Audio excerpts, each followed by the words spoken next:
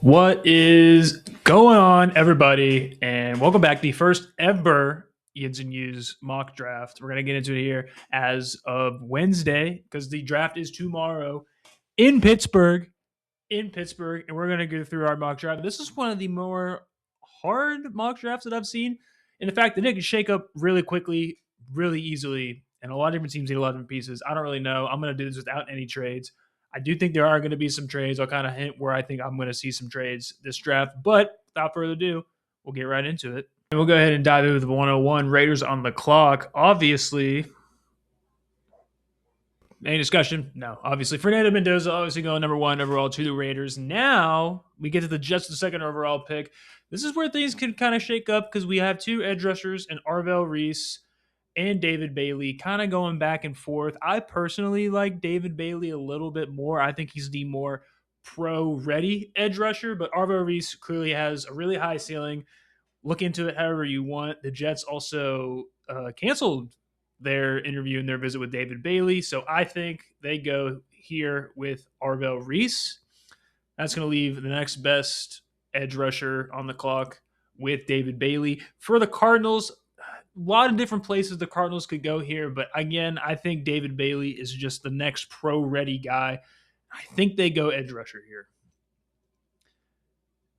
Now, this is where things kind of can shake up here because you have the team like the Titans who kind of just need everything. They got their quarterback last year with Cam Ward and really got to kind of look at Vegas here. Vegas loves Jeremiah Love going to the Titans. I kind of do too. This is also a team that does kind of need to build the trenches before they get into a running back. I mean, we kind of saw a very similar thing with Ashton Genty and the Raiders last year. But I mean, I don't know if that's the route that they're going to go. I honestly do. I think Jeremiah Love does go to the Titans here at 4, and that is where I am going to put him. This is where it can get really interesting, especially with the recent trade of Dexter Lawrence, that the Giants now get 2 picks in the top 10. They get 5 and they get 10. They can really be aggressive here, especially with John Harbaugh. I think they go defensively. Before the trade, I was kind of back and forth on how they would go. Now I think with 5, they can be aggressive. And at 5, they can go out and get Sonny Styles from Ohio State. Up next is the Browns at 6. And this is a very interesting one solely because I think it's just the Browns. I mean, I don't know what direction this team goes in. Do they trust Shador? Do they find a new quarterback? All of their starting offensive line were free agents under the free agency period, and like they kind of need some pieces if they believe in Shador, but they have a new head coach. I don't really know. This is going to be an interesting draft as far as where wide receivers go. I think once that first one goes, the rest are going to fall like dominoes. And I'm between Francis Mayoga, the tackle out of Miami, going for the Browns. But I kind of think they stick with Ohio and they get that really good wide receiver prospect in Carnell Tate. They have 2 picks in here as well. I think they either go tackle early, wide receiver later, or wide receiver early and tackle later. In my scenario, I think they're getting aggressive early with the offensive weapons, and I think they're going to take Carnell Tate at 6 here. This is another interesting one with the Commanders at 7. The Commanders, I don't see very interested in trading up to go get somebody. I think in a perfect scenario for the Commanders, you're waiting for Jeremiah Love to drop to you at 7. But of course, in my scenario, he doesn't do that. He goes to the Titans at 4.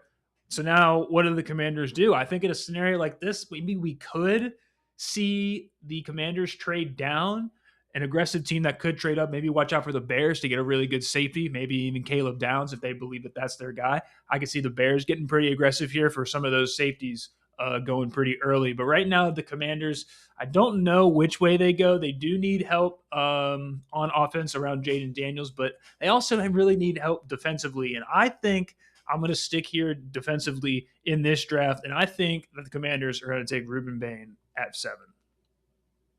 Now, with the Saints here at 8, again, this is the kind of team that you need a few different pieces. They have some good pieces defensively, and I think that they might even stay defensively here. Where that could be, I don't know. Do they go Caleb Downs? Do they go corner? Do they go edge rusher, linebacker? In my scenario, I think they're going to pair Kool-Aid McKendry up with Mansour Delane, and they're going to take a corner here at 8 to really build up that backfield for the Saints. Okay, this is also one that was pretty aggressive going into the offseason. The Chiefs now have 2 picks in the first round, their first one coming at 9. I like wide receiver here for the Chiefs. I really do. They're known pretty well for kind of building those corners and developing those corners. So I think they go there later. But at number 9, I do think that they really help Patrick Mahomes here and they get a wide receiver. And a wide receiver recently that's crawling up the draft boards is Jordan Tyson at Arizona State. I think he's the next best. He might even be the best. But that Ohio State's really going to help Carnell Tate. I really do like Jordan Tyson. And I think the Chiefs go out and they help Mahomes get him a good wide receiver that hopefully keeps him out of jail. And they go with Jordan Tyson here at 9. Back to the Giants at 10. Again, this is their second pick in the top 10. This is where they can get really aggressive on defense. And I think that's where they stay. I really try to put myself in the mind of John Harbaugh, and part of me could think tackle. I'm not going to leave tackle out of here. Francis Minoga out of Miami is still right there, but I think the Giants stack up on defense, and the next best prospects are really high on them. This guy's going to be a leader the second he enters your team and steps on the field, and it's Caleb Downs, the safety out of Ohio State, going to New York.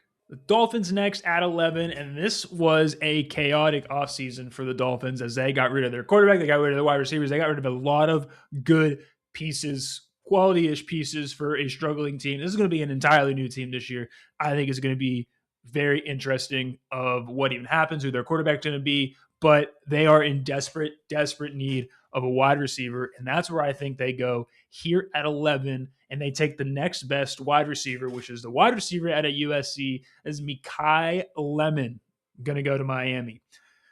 Now you're looking at 12 for the Cowboys, and you're kind of running out of options because a lot of those good defensive pieces went really early, and that's what you're kind of hoping for if you're in the Dallas Cowboys. But we're going to beef it up just a little bit here. We're going to stay on defense. We're going to go after a corner for the Cowboys, and I think that corner that they go get is Jermon McCoy out of Tennessee, really good in man coverage, and I think he's going to be one going for Dallas so that they can stack up on defense. Now at 13, this is a really, really good scenario if you're the Rams because somehow Francis Managa has fallen to 13. I know people are kind of saying that they need a little more depth on the wide receiver, but I think the Rams can get that later. I even saw one mock draft saying that they take Ty Simpson at 13 to let him sit behind Matthew Stafford, put him in a Sean McVay offense. And as much as that idea sounds really cool, I'm not banking on it happening whatsoever. So clearly the next best player here is Francis Minoga, and he's going to go to LA at 13. Then you get to 14 for the Ravens, who had a very interesting offseason, to say the absolute least. You had the Max Crosby thing that went down. No one really knew what was going on. They lost a lot of free agents because of this massive contract with Max Crosby they're going to inherit, and then they didn't even keep Max Crosby. So what the heck happened in Baltimore? But obviously kind of looks like wide receiver help could be happening in Baltimore. I don't think that's the route that they go. I think because of the losses that they faced in free agency, I think they're going to beef up the trenches on the offensive side of the ball. And they're going to look at a tackle, they're going to look at the corner. I'm kind of back and forth, but in my head, I think that the guard out of Penn State, I'm not even going to try to pronounce that name. I believe that he is going to go to Baltimore for the Ravens to kind of help that line build up a little bit. Now, 15 with Tampa Bay. This is one of a more interesting pick. I'm not really sure what could happen here. Maybe we could see a trade for the Bucs to kind of move down. So there's not some really pieces that are needing, but in my mind, what you need is on the defensive side of the ball. In this scenario, we got a lot of edge rushers going early. I think that they go defense. I really think that's the right move. And I think they go linebacker to kind of help that run blockage for their defense. And I'm going to pick CJ Allen out of Georgia. Go to the Buccaneers at 15 to, again, really just kind of help beef up that defense. Obviously, offensive pieces are in need with the tight end position as well as losing Mike Evans on the offense side of the ball. But, I mean, defense needs to be addressed for the Tampa Bay Buccaneers. So now we're back to the Jets at 16, and they're beefing up our defense. Could we continue to do that in New York at 16? I don't know, maybe, but their offense needs help bad. They bring in Geno Smith in this offseason, and they keep Garrett Wilson and Breece Hall, but they really do need some more offensive weapons for New York with a kind of solid O line already, so I think you got to get a weapon there. You could go wide receiver here, but in my opinion, I'm going to pick up this tight end. Kenyon Sadiq is one of the best rated tight ends in the draft right now. He's projected to go probably in the middle of this draft, maybe even just a little later. But I think if he's here from New York at 16, I think that's the route they go. I don't think they go Ty Simpson at 16. I think they have a good luck of him getting there later, or maybe even using some of their picks to grade up very late in the first round. But I think here at 16, I'm going to have to take the tight end, Kenyon Sadiq, for New York. So now we're halfway through the draft. We end up finding ourselves in Detroit, who are in need of beefing up that offensive line. We're re-beefing that offensive line. And luckily for them, they have one of the better, if not one of the best tackles in the draft right now, and that is Spencer Fanu out of Utah. Just a very polished, very pro-ready tackle out of the Big 12 conference. And I think this is exactly what they need in Detroit to pair with their running back room, to pair with that offense that we typically see in Detroit, but it is very much in need of a tackle to really help revamp that line for Jahmyr Gibbs in that offense. And I think that's the route that they go. Now you get to Minnesota, and how do you replace Harrison Smith?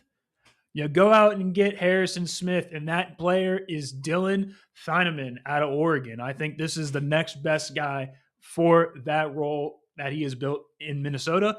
I think this is the exact perfect replacement for Harrison Smith for the Minnesota Vikings. And luckily for them, he falls right there at 18 in this scenario. I think that is the absolute right pick. No question about it. These size safeties are going to go pretty early. And again, I'd be interested to see if the Bears do actually end up trading up to try and get one of those safeties, maybe even prevent him going to their divisional rival in Minnesota. But again, Dylan Thieneman, best replacement for Harrison Smith. This is a no-brainer. If he's there for the Vikings, that's where he's going to go.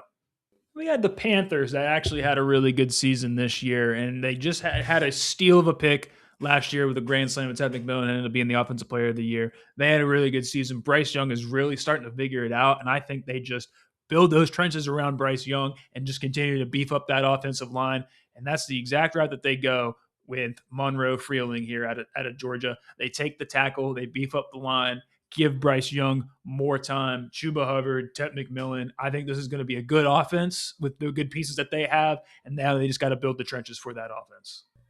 Now Dallas is back on the clock, and again, I think this is a team that just still needs those defensive pieces. They picked a corner here early. Now they get the next best player, which is the edge rusher, which perfectly is going to help Dallas. Akeem Mesidor is what they're going to take out of Miami. Really good run stopper, really good getting to the quarterback.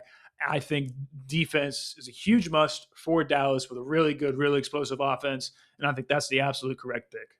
Now we get to 21, where the draft is in Pittsburgh, and we have the Steelers. Now, you want to talk about a draft pick that could go anywhere. It's the Steelers at 21. Obviously, this pick means something to me. I have a little bit of bias into this, but I really don't. I don't know which way they could go. They could go tackle, they could go guard, they could go wide receiver, but the Steelers also have 12 picks going into this draft. Do they stay at 21 or do they move up and get really aggressive? The draft is in Pittsburgh. You'd like to think they have some drama going into that draft, and they're going to create something for their fans to really cherish and enjoy. I just keep my eye out on the Steelers trying to move around, maybe move up, get really aggressive to get one of these really good prospects. But for right now, we're staying at 21. I don't think quarterback is the route at 21. Maybe Ty Simpson is in people's heads. I really don't think. This is either guard or it's wide receiver. The Steelers do need to fill Isaac Seumalo's spots, and there's a lot of questions on Broderick Jones, whether his injury is going to make him healthy or not, and if he's a piece that they need to move forward with. Also, a lot of people have been complaining about the wide receiver room for the Pittsburgh Steelers for the past few many years. They go out, they get Michael Pittman, they got DK Metcalf last year. I think in this scenario, they're staying wide receiver, and the next best wide receiver, in my opinion, is Omar Cooper Jr. out of Indiana. Kind of a little more versatile between him or Denzel Boston out of Washington. Denzel Boston just a very tall, very physical wide receiver, but I think Omar Cooper is maybe just edges him out here. But I think the Steelers go wide receiver, but I also, again, it's just such a toss-up. I wouldn't be shocked if they do go tackle or guard here as well. But just something to keep an eye out. on what they do, but it's going to be in Pittsburgh, so we'll see. 22 with the Chargers. This one, in my opinion, is a no-brainer. We kind of remember last year the graphic that went around of how the Chargers offensive line at each position was one of the worst, if not the worst, across the entire league. Joe Alt had some critical injuries, so he wasn't there, and their O-line just overall was not good. So obviously, I think that the right move here is to just continue to beef up that O-line. I mean, you gotta do something for Justin Herbert to win a playoff game. Hasn't done one yet in his career. I don't know when that's going to happen, but in this draft, to Joe Alt, they're going to pair him up with Blake Miller, the tackle out of Clemson, to continue to beef up that line. Now, 23. We are in Howie season for the Philadelphia Eagles. He is at his best in the month of April when it comes to drafts, when it comes to free agencies. The GM, Howie, for the Eagles is phenomenal here.